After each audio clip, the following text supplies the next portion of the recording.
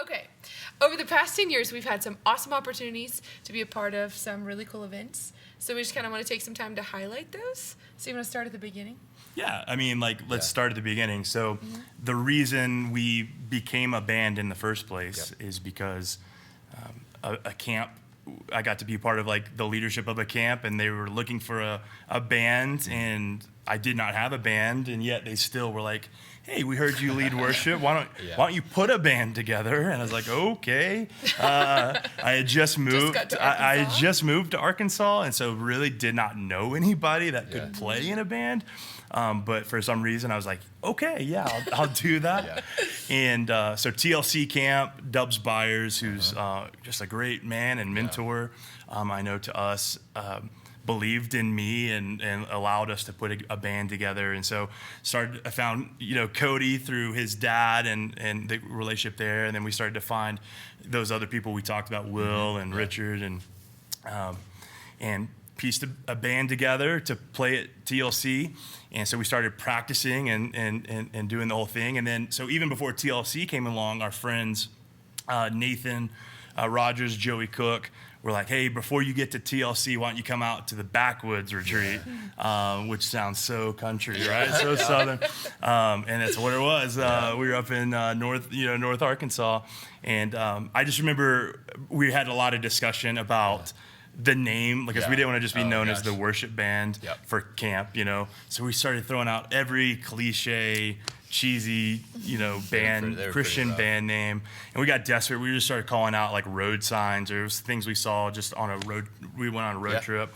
We just got desperate, but still never came up with a band name. So at the Backwoods retreat, I remember Nathan pointing to me and be like, hey, here's the band for the week. Do you guys have a name? And I was like, Summerhill. I guess we'll be Summerhill. Yeah. Super meaningful and spiritual. Yeah. You passed by that road in Texarkana. Texarkana, a road in Texarkana that has really no significance in our lives became the band name at that time. So we did the Backwoods retreat, did TLC camp, and they asked us to come back. So I guess we weren't terrible, or they were just very desperate and couldn't find another band. But that relationship with TLC and Bog Springs, just in general, became such a pivotal camp and opportunity for us to just be a part of and really grow up in, getting our roots based out of there, and then getting to do it year in and year out, not only at TLC but Southwest camp. We did like a kids camp, which was super wild. Fun. Which is the first place I saw them. Yeah, was at that camp. Okay. Oh, okay. Yeah. Okay. So y'all signed a symbol for a girl in my church. Yeah. Oh. Okay. So Southwest camp, and then we did NC2 National Camp, and we'll talk a little bit more about that because some really significant moments and things came out of that. What are some other events that you remember? Oh my goodness. I remember getting involved with East Union and the revival events that they would do. I mean, they would be like these kind of like Sunday through Wednesday events, and just getting to show up like every night and hang out with the kids and just worship together. It was amazing. And then we had this one really, really special event in Batesville that one time, and like the power went out, and we had like spent all this time setting up like the full band and the PA and all that kind of stuff, and then the power went out, and we had this amazing special time of worship, all acoustic, in the lobby of that like auditorium, and oh my gosh, like amazing. Seriously, that was like one of the coolest. I didn't get to play drums, but it was still amazing. Yeah, like seriously, so much fun. Yeah, just like I don't know how many people were there, but I just remember being piled into the lobby. It was hot, and it was very hot, but it was very memorable. And people still, I still like remember people messaging us or talking about like that. Yeah. And I think that was a really pivotal time for us as well. I keep saying pivotal because all these events really helped shape like who we became and what we're doing even to this day. And so, what about you? Any other? Well, with the Batesville thing, that kind of led into it wasn't necessarily an event, but it was in preparation for an event of us getting to kind of like hang out and mentor a young youth band in preparation for the collective. Stuff like that. And that was part of NC2.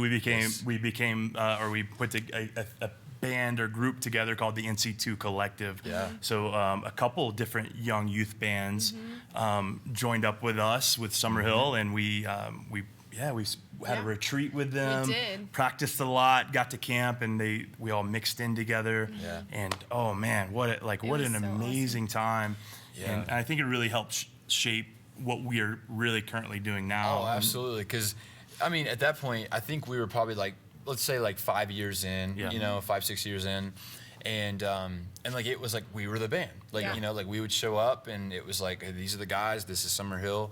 And so to get to like step away from Summerhill and really start to invest in this kind of like larger vision of like, hey, what would it look like to take all of our experiences and the things that we've learned, invest them in this next generation, partner together and get to like sing and worship together. It was insane. And it sparked something in us that we just couldn't let go of.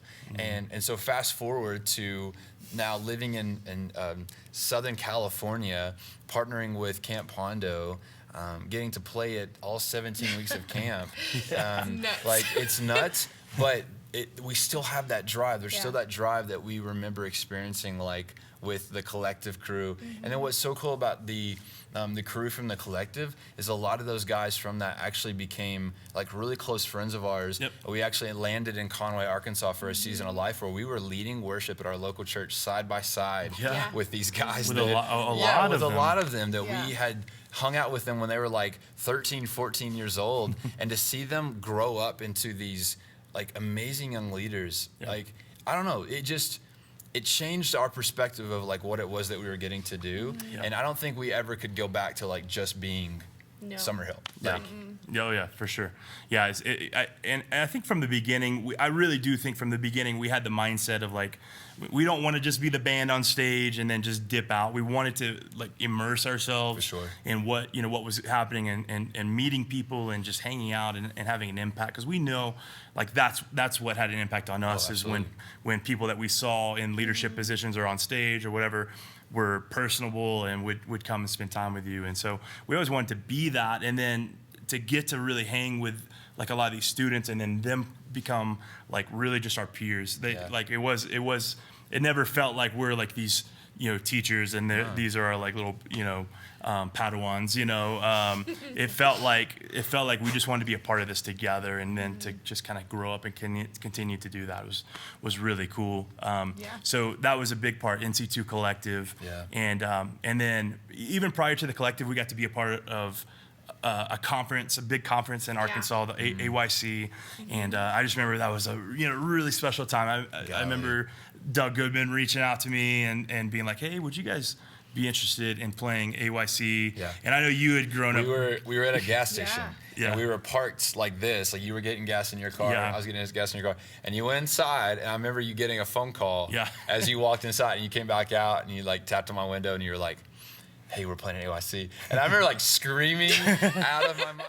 So AYC, a big event. We've done so many things, and I obviously I wish we could mention them all, but I know one of an event that had an impact on me in the negative way. Well, the event itself was fine. It was but it was the most wild event we've ever been a part of. I know. Was at Shepherd of the Ozarks camp with Prestonwood Baptist Church from Dallas.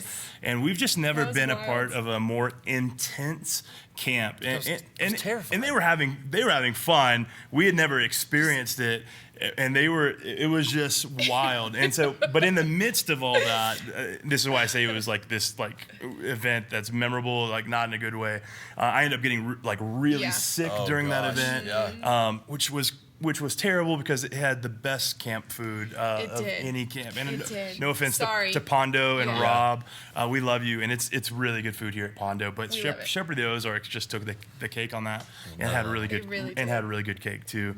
And but I didn't get to even eat it because my throat was hurting so bad. But we pushed through and we tried to live up to the intensity of Prestonwood, and because it was like a big event and we wanted to bring our best, and they were at 100, so we went to 100. But in the midst of that, I was sick, got sick, left the camp, and then went to a doctor and found out I had strep throat, and I was singing with strep throat, which led to me having I had a node on my vocal cords that basically put us down for about 6 months, and which was tough, which was really tough. Had to have surgery and the whole thing, and I just remember that time. Obviously, God was really like working in me, just reminding me of who I am. That like my identity is not based on the fact that we sing or that we're part of a band or anything like that. And so that season was challenging, but I think absolutely needed for my life, and I think that played out in the grand scheme of the band too. But 6 months later, after having having the surgery, got to start singing again, and then we just hit the ground running. Like it was amazing. We started singing more and more. God was opening up more opportunities, more doors. We got to go do like things like Winter Weekend and Super Winter, and we did a lot of D Now events and more camps and the whole thing. So it was crazy. It was a tough season, but God saw us through that. For sure. Gave me definitely like a renewed sense of passion and purpose for using like our giftings and talents and even like just the voice. And so that set us off into a few other things. Another event that became huge for us, and I was already a part of it before we ever played music at it, but was City Reach. Oh, gosh, So City Reach, kind of describe City Reach, like in terms of like not even just us as a band playing, but like the impact that City Reach as a whole kind of has on everybody. Yeah, it's just a really cool event where you get to like come together and worship together and then go out into cities and serve them and actually be the hands and feet of Jesus, which is really cool to see. And then come back at the end of the day and share your stories with each other and just encourage each other and push each other to go the next day. Yeah. You are exhausted after the week is over, but it's the best exhausted you could ever be, if that made any sense at all. And there's a saying, and I really believe it too. Like City Reach worship is unlike really unlike anything else, and I think it's because of that.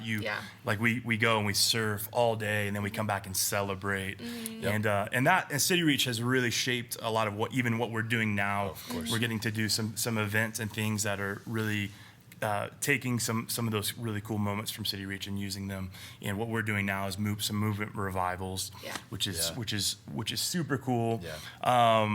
And then I just have another honorable mention. Like this is an event that we put on ourselves for a couple of years in a row, and we love doing and it was just I still have so many great memories, and I laugh when I look back on it. But we did it. We host an event every Christmas called the Yuletide celebration. And it was just what we viewed it as like just family time. It's like our family Christmas party. And the first year we just played a lot of like Christmas games and we led worship and did that and it was really cool. The second year we got to bring in our friend Keith Edwards. And Keith, we have a history with Keith anyway, like doing some past videos and stuff at Bog Springs and now a brief interview with Summerhill. Hello and welcome to a very brief interview. My guests this evening are the wickedly talented, world-renowned, worship sensation, Summerhill. Guys, how you doing this evening? Man, we're just so blessed. This has been a brief interview with Summerhill. We love Keith, and so Keith came and emceed Yuletide for us, and I still laugh at some of the things. I think about your dad and Tim Kolkleiser and Joe Paulson and doing the battle with their wives of the Christmas raps. That was so great. It stretched the boundaries of what's possible at a fundraising event. So and I'm sure, it's scarred in my brain. If I'm being honest. Tim doing what Rapper's Delight or something like that. It was his time to shine, man. Yeah, good job, Tim, man. It was awesome. You killed it.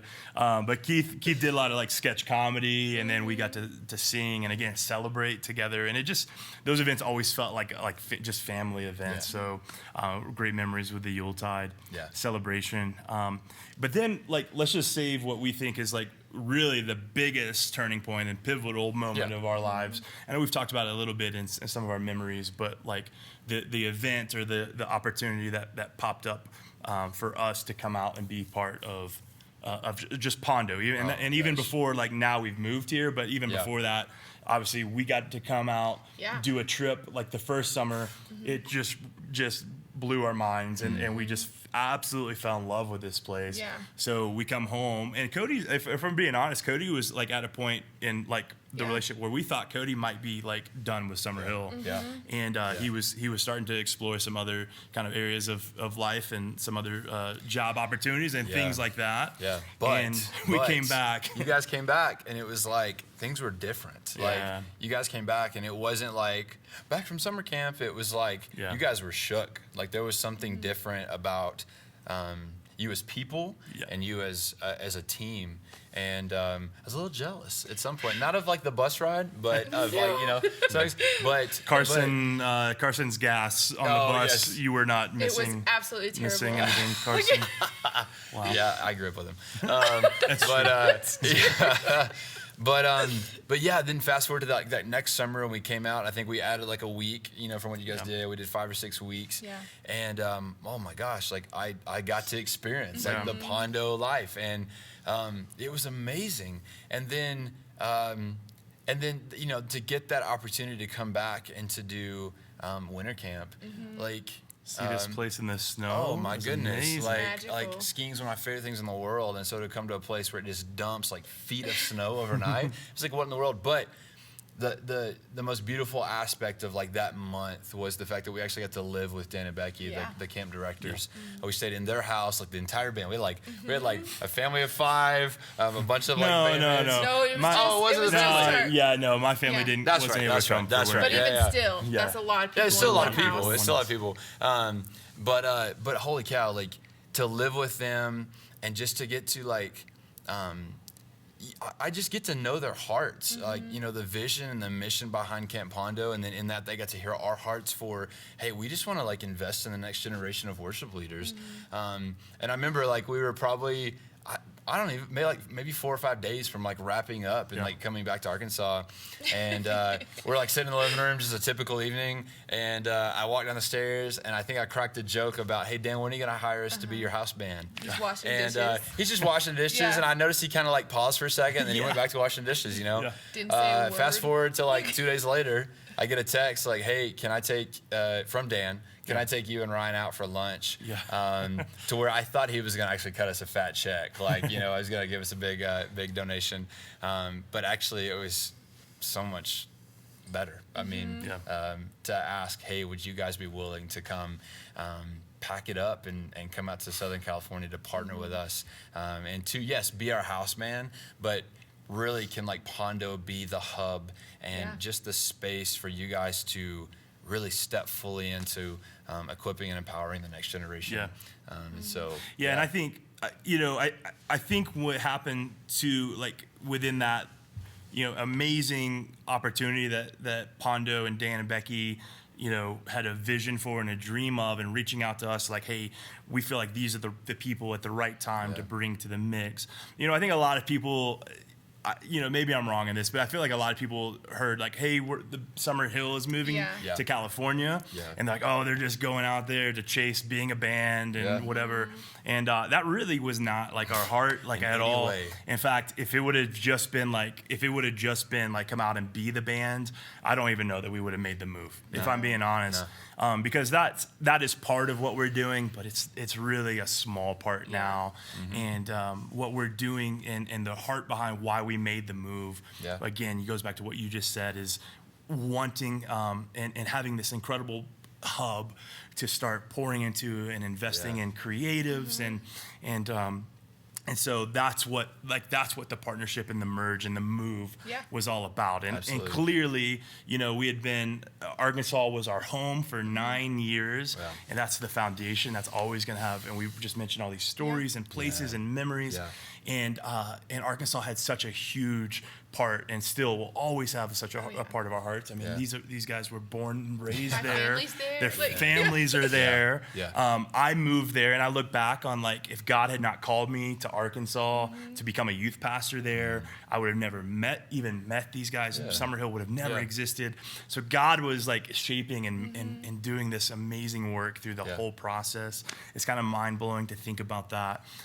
But again, all that led to this moment, and now we've been here for a little over a year, and it's been it's been hard and it's been fun and it's been scary and it's been exciting, and we've had times where we're just like, is this gonna be able to work? And then we've had like amazing celebrations and times where we're just blown away by what God's doing. So all that to say, it leads us to this moment. Yeah. So this could all be summed up by saying that, kind of like what Ryan just said, is that over the last 10 years, I think in a lot of our minds, like, because Summerhill was always a part-time thing. Yeah. Like, there was never, I mean, like, Ryan was a youth pastor for 8 years. Yeah. I was working in nonprofits. Like, you were in, bunch of different things. yeah, Like, you were in school, and like, yeah. and then like for the first part of it, and then you graduated and stepped in some other things. And so it was never something that we thought, hey, we'll just like put out a bunch of records, go on tour, do that stuff. Right. There was always this like balance of like loving people, investing in students, and then going and doing these events, and like it would just carry over. Yeah. It was never like a seclusion of like, oh, this weekend we're the band. Yeah. It's like, no, like I trust these guys, and I know that they were just showing up and like pouring out their hearts. And so bring all of that to Southern California with all of the work that God had done in our lives and in and through Summerhill. Yeah.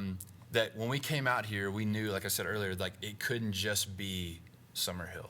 It could never just be the band. It could never just be about like writing songs and like, you know, and playing at camps and all that stuff. And so in partnership with Camp Pondo, we launched like the Pondo Worship Movement. Yeah. And the Pondo Worship Movement is the umbrella that houses our efforts like the Movement Revivals and the Well, which is our residential gap year program for musicians, and training clinics, and being able to step into local churches and really just help them seek out health as a worship team. And so since we've been out here, that's kind of what we've been doing is developing this and launching into this and getting our feet wet. But one of the things that we kind of kept coming into is the fact that it was hard for people to wrap their minds around this idea of like Pondo Worship Movement and Summerhill. Yeah. And that's okay, because we still are Summerhill. Yeah. Like, I mean, that is ingrained in us forever. Yes. And so, yeah, we've been on this conversation, on this journey, and we have finally landed in this place where after 10 years, whoa, hello. Oh, no. Okay. Wow. Whoa. It's all right, man. Man, after 10 years of like amazing times and partnering with amazing events and camps and all these just, amazing memories. It's time for us to move on to the next chapter and fully embrace the Pondo Worship Movement as not just our banner, but that mission. Yeah. And so we are so incredibly excited and slightly emotional. We are just so honored and grateful for the opportunity to step into this new chapter, to help creatives find purpose and joy in pointing others to Jesus. And really, I think from day one of Summerhill, that was always the heart in some way, but it just took us a little bit to find it and really put some language to it. And so, so we're not going to stop writing music. No. We're not going to stop leading at camps. No. We're not going to stop having a ton of fun together playing music. But now there's a bigger vision, and there's just more at stake. And so we're stepping into this with full force. In the efforts of the Movement Revivals and the training clinics and the Well. Yeah, and I think, you know, we've had this conversation for the last couple months, leading up to this, and you're emotional. I'm not emotional. I'm not crying, but I'm emotional, and I know Kimberly is as well. But like, because we just went through this list of like opportunities and things and memories that like are gonna be with us forever, forever. Yeah. And the people, like that's, I think, even more than the events we played, it's the people that we got to do it with, and like we got to partner with and see like, it's just been amazing. And so I think we just want to do what we believe is the right move for this next chapter of our life. Absolutely, yeah. And now being a year out here in California, and you know, it just seems right. It seems like now's the right time. 10 years later, like we got to do this for a decade, which it blows me away. Got to do this for a decade. And again, just the name Summerhill, like that's what we're saying is kind of taking a back seat to what is the bigger vision. Yeah. We're still going at this, and we're going to continue to do this, and it's amazing. It's an amazing thing to just see like what the future holds. Like we don't necessarily know all the details, but we're starting to see glimmers of it, and it's so exciting. And so we just want to ask you guys to continue to pray for us. As not only we still make music and play music at camps and do those things, and we're still a band, but that band serves a greater purpose. Absolutely. And that's doing the Pondo worship movement. And so Summerhill, the name is gone. Pondo worship movement, you're going to hear a lot more of that. And we're excited. Like, we are so excited. So none of this happens. I mean, we're not making this video. Like, we're not here today at Pondo, first and foremost, without God doing what God does and opening doors that seem to not make sense sometimes. But we just wanted to trust and follow him. And it doesn't happen without all of the people. And I mean, tons and tons of people who just believed in us, took risks on us, put their arms around us, taught us along the way, because we don't have all the answers. So we needed people to mentor us and show us something or two.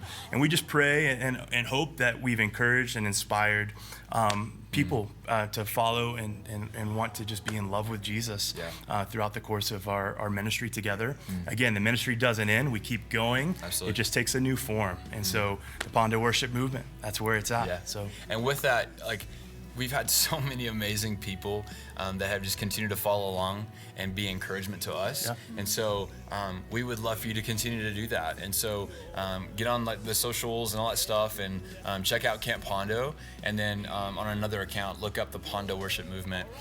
That's where we'll be posting and kind of sharing just all the things that God is doing through the movement and in the Southern California and the surrounding areas. And so just thank you guys so much for supporting us, encouraging us, and praying over us.